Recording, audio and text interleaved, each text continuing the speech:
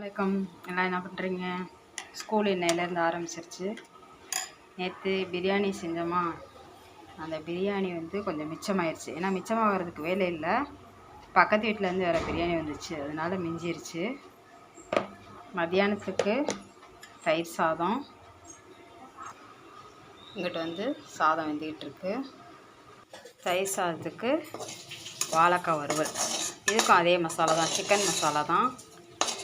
கடுந்தம்பருப்பு சோம்பு போட்டு தாளித்து, கருவேப்பிலை, கடைசியில் பூண்டு தட்டி போட்டு மிளகு ஜீரகம் தூள் போட்டு இறக்குனாக்கா சிக்கன் மாதிரியே இருக்கும். நான் எதுக்குமே மிளகு ஜீரகம் பூண்டு சேர்த்துக்குவேன், உடம்புக்கு நல்லதில் எப்போவுமே சேர்த்துக்குவேன். இந்த சைடு மாவு ஓடிட்டுருக்கு.